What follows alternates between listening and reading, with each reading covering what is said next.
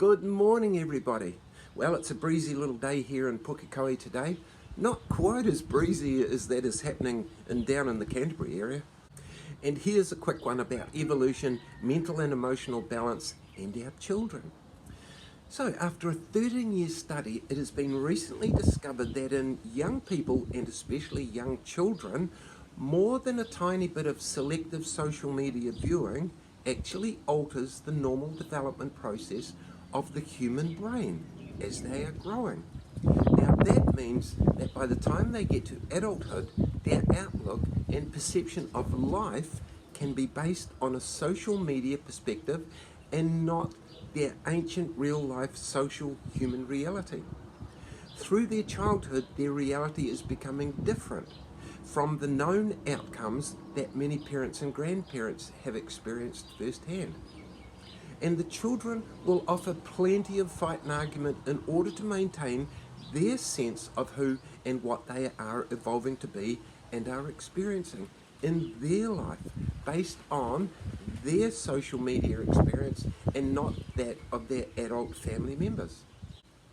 And a developing brain is also highly influenced by, get this, the amount of scrolling they do on their social media devices. Scrolling, flipping the channel. You see, every scrolling action requires a shot of the hormone dopamine. And it's the hormone dopamine which makes us do these things, drives us towards doing it. And it's the same for all of us. But evolution has never designed humans to scroll on a device and so repeatedly in a 24-hour period. In a short time, the individual runs out of dopamine, the hormone, and that automatically moves them into an unmotivated response and triggers a stress response and eventually mental and emotional imbalance. That's what's happening. A big enough problem for us adults, but a major issue for growing children. But weirdly, the act of scrolling also shuts down our frontal brain lobe, which is responsible for the forward planning, decision making, reasoning, problem solving, common sense, and even impulse control. Sounds like young people to me, even without the social media influence. Now that leaves the highly creative and active amygdala to run wild. Again, same thing is happening to our kids as is happening to adults.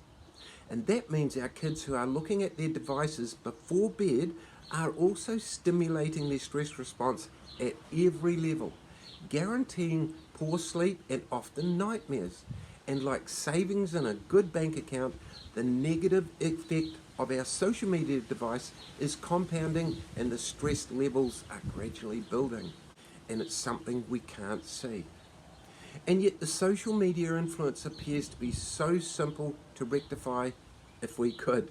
And the answer is no social media devices until 25 years old for girls and 28 for boys, when their body and brain is fully developed.